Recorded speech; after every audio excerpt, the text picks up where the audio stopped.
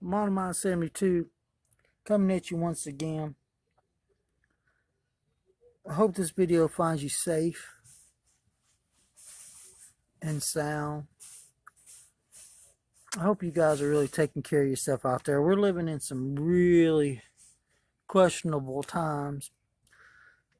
But let's go all the way back to 1986 when Revell got together with Hotrod, which for some of you guys might not know, but Hotrod was a magazine that was put out, and anybody that was into automotive, that was an automotive enthusiast, probably had a subscription to Hotrod magazine.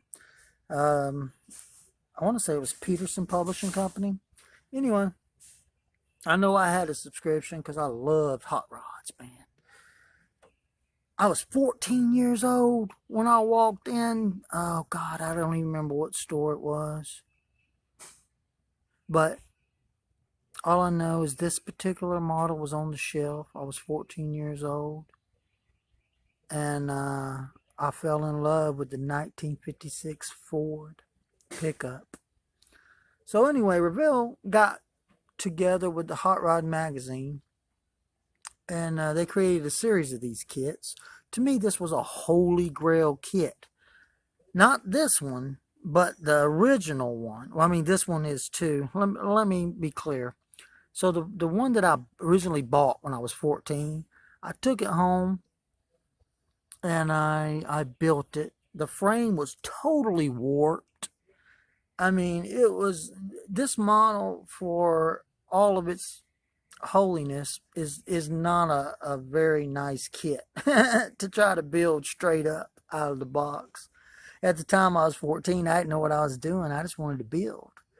So I had a lot of challenges with this kit. I didn't like the way the wheels, you had to glue them together. They were like two halves. I didn't like that. I didn't like the way the frame was warped, which made the bed not made up to the cab the way it should. I didn't know how to, unwarp styrene at the time. In particular, the windshield didn't fit exactly the way I thought it should have. Of course, I didn't, know how to reshape styrene or sand and, manipulate at the time. I was just, gluing the pieces. I was cutting the pieces off the tree and I was gluing them onto the model. And I was being very unsatisfied with the fitment of this particular kit. But the whole desire to build was there. I remember I painted it a gloss sun yellow.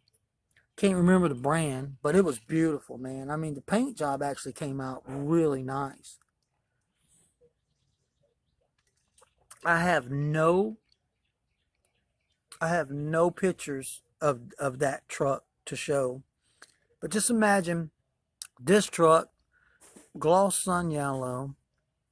None of these graphics, I didn't use any of these graphics or anything. It was straight yellow.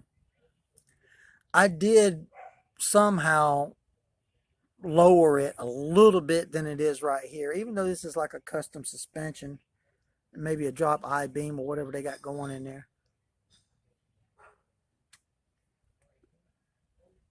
I made it a little bit lower just because, I like my stuff low. I actually had gull wing doors on it, but I didn't know how to make hinges back then. So I just glued the doors in the upright position.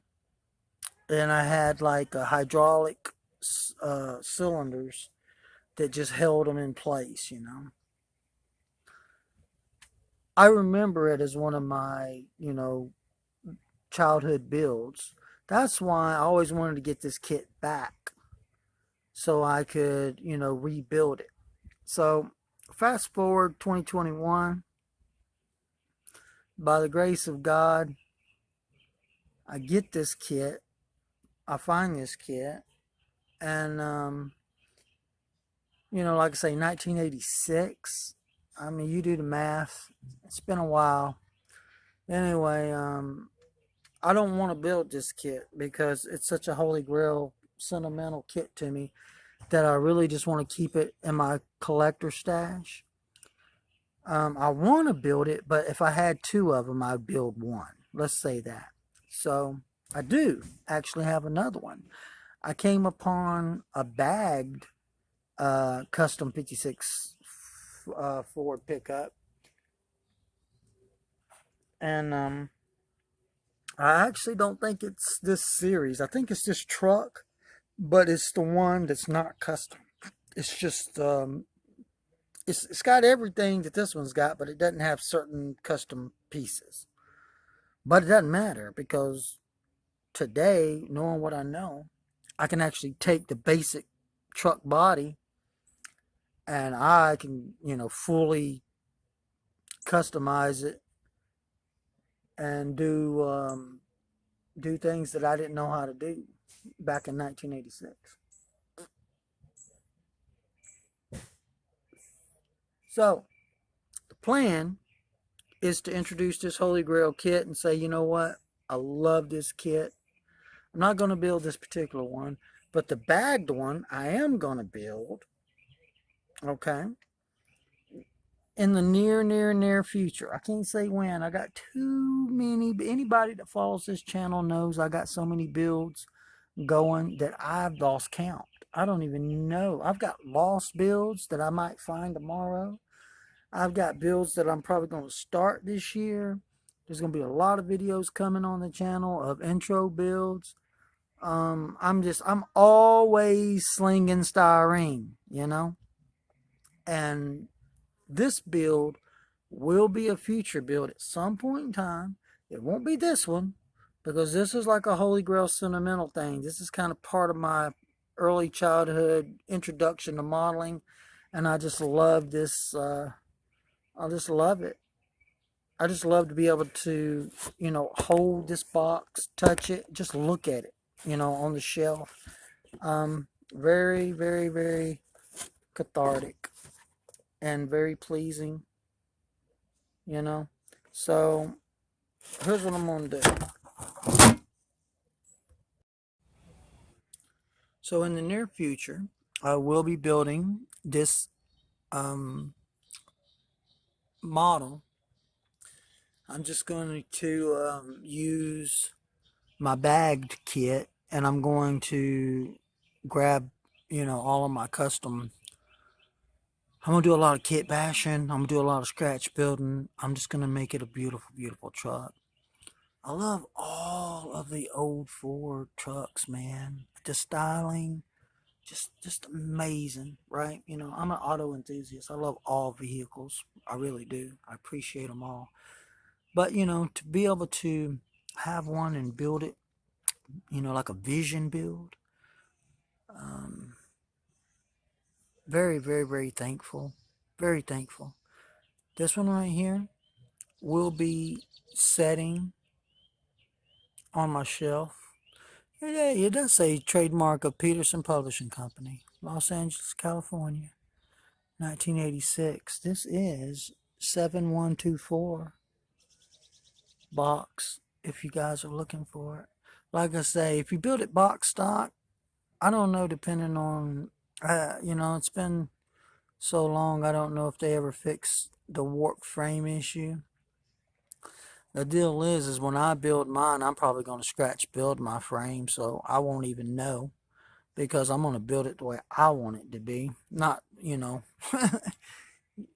what I'm saying. So,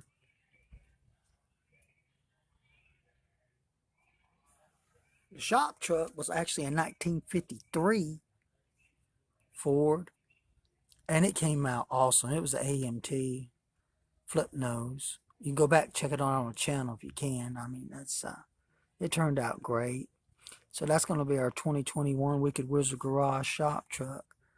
But anytime I can put, one of these old Ford trucks, these fat fender Fords on the bench, I would definitely do it because I just love them so much. So there you have it, guys. comment, rate, subscribe. Tell me what you think about the Hot Rod series when Revell. I mean, they've got a lot of cool models in this particular series. They're getting a little pricey out there in the world, but if you can get your hands on them or find them, and you don't mind, putting some skills, a little elbow grease, you can come up with some really unique, nice models, to say the least. This one right here is more of a sentimental model kit to me, just because when I look at it, I go all the way back to 1986, and I'm like, wow, dude, you've come a long way. So, one thing I love about modeling is there's no age limit. You can start as young as you want, and you can build as old as you care to stay in your meat suit. So it's a beautiful, beautiful community. So glad to be a part of it. So glad you guys took the time to come and check out this video. And I'm going to keep bringing the best quality, unique pieces of model 3D. I call it 3D model art, 3D art, three-dimensional art. Every model to me is a lesson, and every model to me is like a painting, or it's like art. I try to do stuff. I challenge myself all the time. I try to step my game up. I try to do stuff I've never done before. I try to challenge y'all too. I say, hey, try this, try that. If anybody can get in on the Model My 72 parts box build, it's the first 2021 inaugural time that I'm going to try it. Just go to your parts box, start grabbing parts, and maybe you guys can film some videos and share with the community.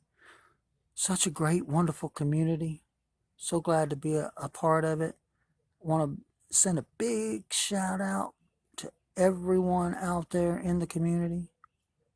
Thank you, thank you, thank you so much. Model My 72 saying peace, love, and happiness to all. Rock on, build strong, guys.